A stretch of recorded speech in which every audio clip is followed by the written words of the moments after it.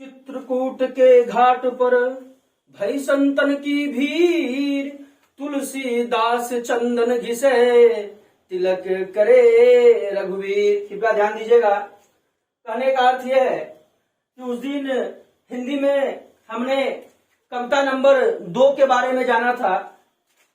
उसमें हमने पढ़ा था पद भाग 1 और 2 जो सूरदास जी के द्वारा रचित है। प्रिय मित्रों, आप कंफ्यूज मत होइएगा। ऐसा फिर कहिए कि सर फिर पद आप लिख दिए हैं, भाग 1 और भाग 2 दिए हैं। हाँ जरूर, क्योंकि कविता नंबर 3 भी यही है, पद ही है नाम, और उसमें भी भाग 1 है और भाग 2 है। और यहाँ जो कवि हैं वो तुलसीदास जी हैं।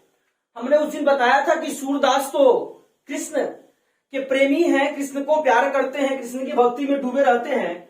वहीं तुलसीदास जो है वो राम के पूजा पाठ में ज्यादा विश्वास रखते हैं। और इसलिए हमने ये चौपाई अभी आपके सामने में कहा है कि चित्रकूट के घाट पर भई संतन की भीड़ और तुलसीदास चंदन घिसे और तिलक करे रघुवीर। बहुत पुराना प्रसंग है एक रामायण का।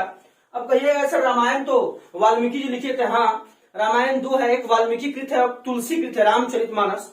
तो कहने का अर्थ यह है कि इनका जन्म स्थान है राजापुर, बांदा, उत्तर प्रदेश। देखिए कुछ जानकारी ले लेते हैं, इससे आपका ऑब्जेक्टिव भी क्लियर होगा। फिर कविता के एक एक लाइन व्याख्या की ओर हम लोग चलेंगे। तो इनका जन्म स्थान था राजापुर। राजापुर एक गांव का नाम है, बांदा उत्तर प्रदेश में यह पड़ता है।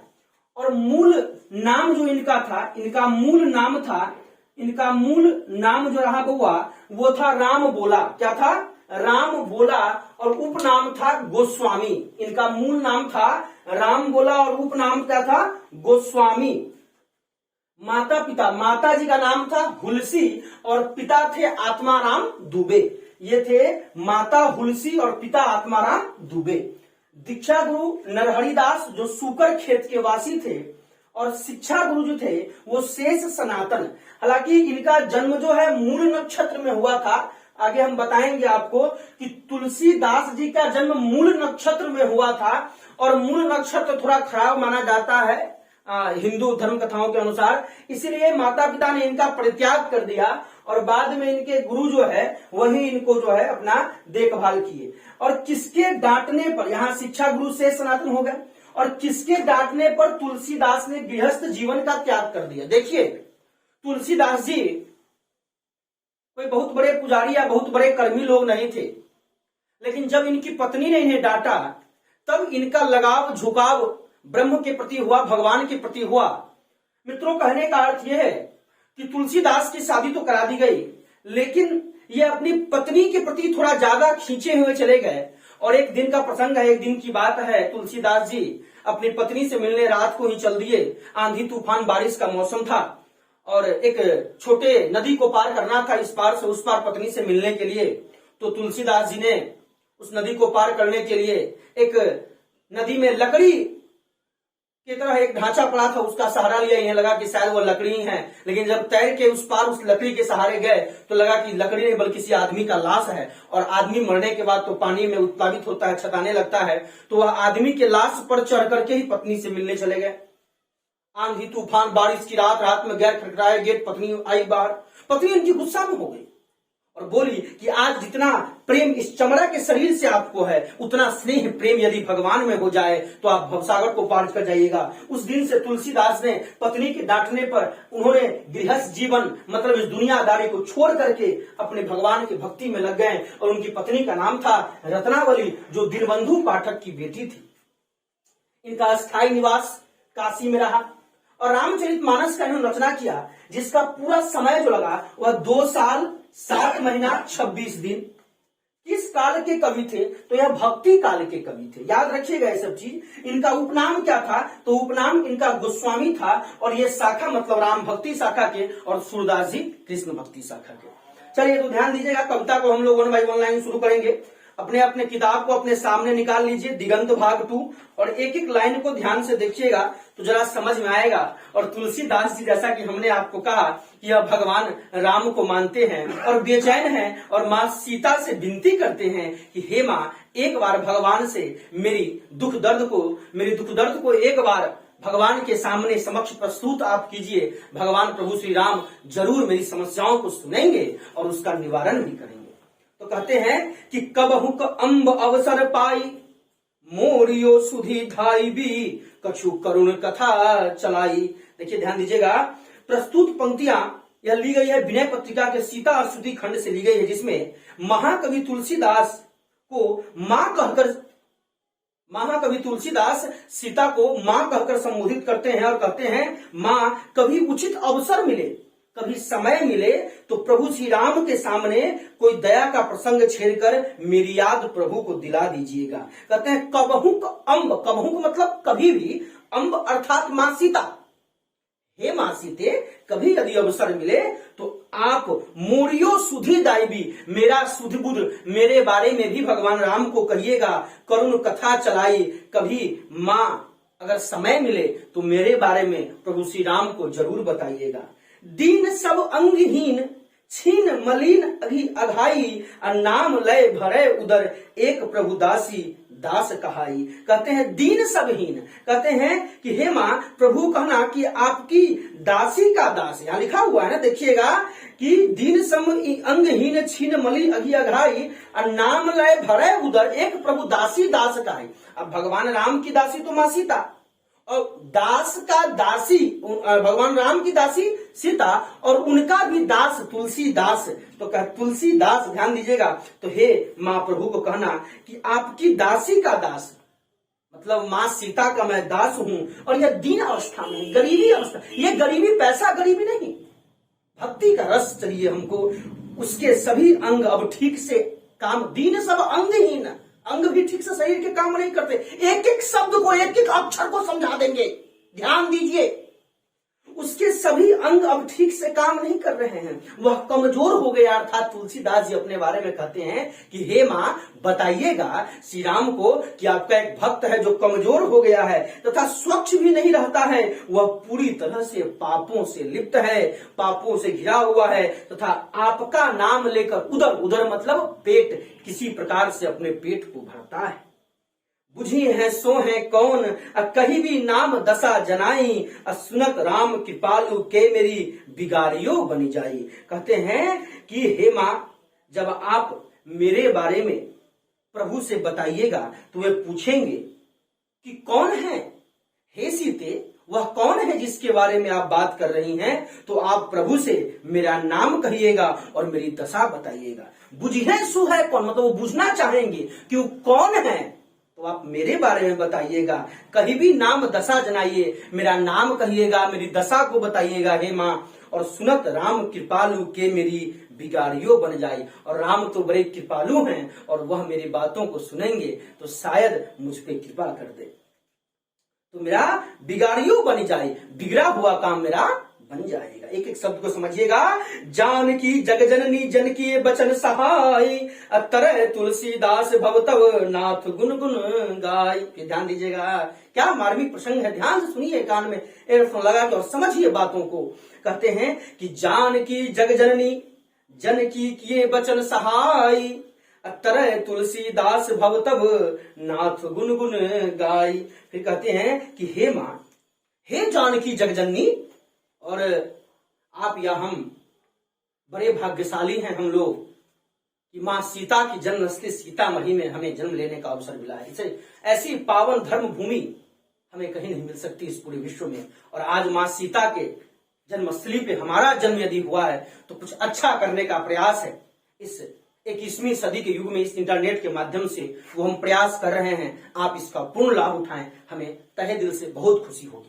तो कहते हैं जानकी जगजननी जनकीय बचन सहाई, हे मां आप तो संसार की जगजननी, जगजननी माता, जगत की मां है आप, आपसे क्या छुपा हुआ है मां, आप तो जगत की मां है, संसार की मां है, आप अपनी कृपा सारे संसार पर बरसाती है। जानकी जगजननी जनकीय बचन सहाई, और तरह तुलसी भवतव। और कहते हैं कि हे मां थोड़ी कृपा यदि आप इस दीन, इस गरीब पर कर दीजिएगा, इस तुलसीदास पे कर दीजिएगा, इस दास पे कर दीजिएगा, तो आपका और आपके नाथ का गुणगान करके मैं भवसागर को पार हो जाऊंगा, मोक्ष को पार ले लूंगा। द्वार हो भोर ही को आजू, रटत रिहा आरी, और नौकर ही ते काजू। कहते हैं द्वार हो भोर ही को आजू। द्वार मतलब दरवाजे पे, मैं भोरवा में ही आ गया, मैं सुबह सुबह आ गया आपके दरवाजे पे, है ना। और कहते हैं अपनी दीनता का वर्णन करते हुए कहते हैं कि हे प्रभु, मैं आपके द्वार पर सुबह से ही खड़ा हूं, सुबह से ही भीख मांगने। मुझे भीख में चावल दाल नहीं चाहिए, मुझे प्रेम चाहिए, मुझे भक्ति का शाखा चाहिए, जिससे मैं भवसागर को तर जाऊं। इस नर्कलोक में, पृथ्वी क्या है? मृत्यु लोक है। आया है सो जाएगा राजा रंक फकीर। जो आया है बउआ ना, वहां यहाँ से जाना है सबको एक न दिन। भगवान भी आए हैं, अगर सतयुग में आए हैं, त्रेता में आए हैं, द्वापर में आए हैं, कलयुग में आते हैं, अगर आएंगे तो अपना कर्म करने के बाद सबको एक न एक दिन जाना है। तो कहते हैं द्वार हो भोर ही को आजू। हे मां, मैं सुबह सुबह ही आपके द्वार पे आ गया। हे राम, रिहा आरी और न कौड़ ही ते काजू। मैं आपके द्वार पर सुबह से ही भीख मांगता हूं, और भीख मांगने की तरह बैठ करके गिड़गिड़ा रहा हूं। प्रभु, मुझे आपसे कुछ नहीं चाहिए, बस मैं आपकी कृपा और आपकी भक्ति का एक कौर मांग रहा हूं। कली कराल दुकाल दारुण, सब कुंभती कुसाजू। नीच जन जन ऊंच, नीच जन मन ऊंच, जैसी कोढ़ में की खाजू। कहते हैं हे प्रभु, इस कलयुग में धर्म का बड़ा अकाल पड़ा है, कोई धर्म करना नहीं चाहता है, लोग एक दूसरे के पीछे लगे हैं। आप यदि आगे बढ़ रहे हैं, लोग आपकी टंगड़ी को खींचेंगे। ससुरा गांव में देखते होइएगा, एकदम बेचैन है लोग एक दूसरे को हराने के प्रति। और उससे ज्यादा अच्छा ये रहेगा कि लोग अपने अपने कामों में समय दे, ज्यादा अच्छा रहेगा। तो यही तुलसीदास जी कहते हैं, कली कराल दुकाल दारुण। इस कलयुग में बड़ा अकाल है धर्म का। जो भी मोक्ष प्राप्त करने का मार्ग है वो पापों से भरा हुआ है। तुलसीदास जी कहते हैं कि हे मां, जो भी मोक्ष प्राप्त करने का मार्ग है सब पापों से भरा हुआ है, और प्रत्येक चीज में आपाधापी दिखाई रही है। लोग बेचैनी की अवस्था में है, बेचैन में है। आप देखिए ना, अपने नजर चारों ओर नजर दौड़ा के, लोग बेचैन है कि नहीं, और कितना बेचैन है। कोई सही चीज नहीं कर रहा है, गलत के पक्षधर हैं लोग। और कहते हैं हे प्रभु, मैं एक नीच मानव हूं, जिसका मन ऊंचा है, अभिलाषाएं ऊंची है। सुनते हुए गांव में लोग कहता है कि भाग छोट और अभिलाष भारी, कि भाग में है ये ना हो, अच्छा ऐसा कि हमारा 10 मंजिल के मकान हो जाए, का है तो उसके लिए मेहनत कीजिए, संघर्ष कीजिए, जरूर होगा भाग्य में। तो यही कहती है कि मैं, हे प्रभु, मैं एक नीच मानव हूं, जिसका मन बहुत ऊंचा है, अभिलाषाएं, इच्छाएं, डिजायर बहुत ज्यादा हैं, और जो मुझे उसी प्रकार कष्ट देती है जैसे कि कोढ़ में खाज। अगर किसी को कोढ़ी फूट जाता है और ऊपर से उसको अगर हवाने लगे, खाज हो जाए उसमें, तो वह और दर्द देता है। यही कहते हैं कवि तुलसीदास। अतः हे प्रभु, विनती स्वीकार कर मुझे कृपा प्रदान करे, भक्ति रूपी कौर प्रदान करे। फिर हरि मैं सदैव बुझयो, जाई साधु समाजू। अब मुंह से कहू कतहु को, तिन्ह कहियो कौशल राजवाहा। कितना मार्मिक प्रसंग है, गौर से सुनिएगा। तुलसीदास जी साधु समाज के पास जाते हैं और वहां पूछते हैं कि अरे भैया बताओ, इस दुनिया में सबसे अच्छा जगत कौन है, मोक्ष की प्राप्ति का चीज कौन है, कहाँ मुझे मोक्ष की प्राप्ति मिलेगी, और मैं क्या करूं, किसके पास जाऊं कि मुझे दोबारा इस नर्क लोक पे, इस झूठ सच बोलने वाले संसार में मुझे दोबारा रहना पड़े। तो संत समाज के लोग कहते हैं, साधु समाज कहते हैं, एक पर एक विद्वान भी कहते हैं कि अरे तुलसीदास जी आप जाइए कौशल राजू, कौशल्या के राज, वहां राजकुमार जाइए, राम के पास जाइए। हरिये मैं सदैव बुझियो, जाई साधु समाजू। अब मुंह से कहू कतहु को, तिन्ह कहियो कौशल राजू। प्रभु कहते हैं कि जब मैं हर कर रो कर, देखिए क्या भक्ति है, क्या मतलब, you can not understand it because your age is not perfect to understand. आप इस चीज को नहीं समझ सकते। आपको समझ में आएगा सपना चौधरी, आपको समझ में आएगा कैरी मिनाटी, आपको समझ में आएगा हनी सिंह, आपको यह चीज समझ में नहीं आएगा। लेकिन आप मजबूरी में पढ़ रहे हैं, हमको भी पता है कि आपका सिलेबस और पढ़ना पड़ेगा, संस्कार है आपका। कैरी मिनाटी वह संस्कार आपको नहीं देगा, हनी सिंह नहीं देगा। इसलिए अपने संस्कार को देखिए और चीज को समझिए। और कहते हैं कि हरि हिये में सदैव बुझयो, जाई साधु समाजू। मैं साधु समाज में जाता हूं और उनसे पूछता हूं, हर करके अत्यंत दुख में मैं जाके उनसे पूछता हूं कि हे संत समाज के लोग, मुझे बताइए कि मुझे कहाँ शांति मिलेगी। तब मुंह से कहू कतहु कोई तिन कहियो कौशल राजू। तो वो कहते हैं कि दयाशील साधु समाज से यह बात पूछा मैंने, जैसे दीन पापी के लिए कोई शरण है क्या।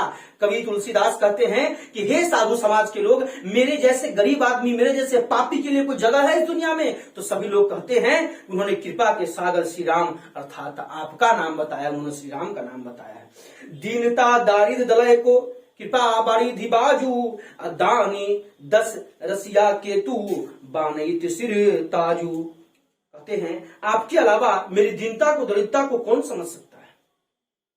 मेरी इस दीनता को, मेरी इस स्थिति को आपके अलावा कौन समझ सकता है। हे श्री राम, हे दानी दशरथ के पुत्र श्री राम, आपके द्वारा ही मेरी बात बन सकती है।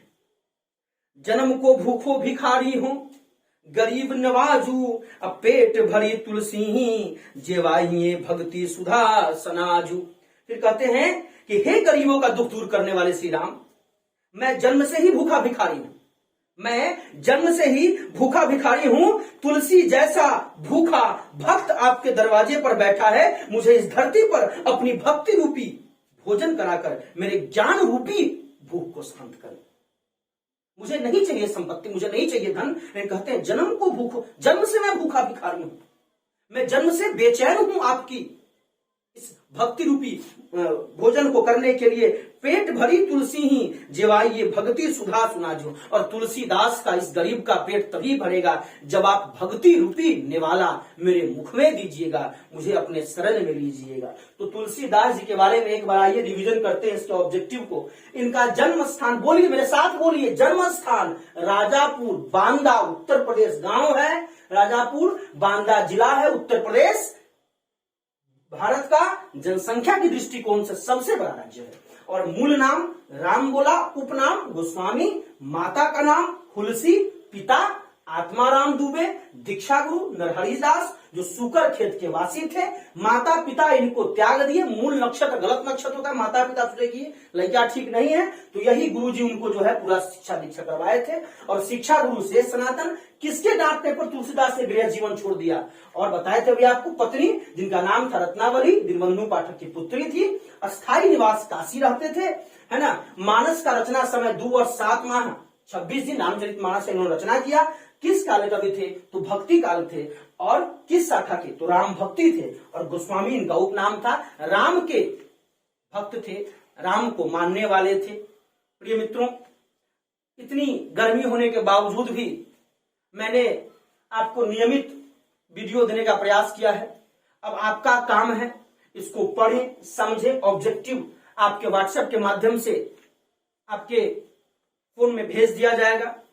आप उसको रेगुलर वे में लिखें, शेयर करें, मेहनत करें। और यदि कोई समस्या है तो मेरा व्हाट्सएप नंबर आपके पास अवेलेबल है, वहां संपर्क करें।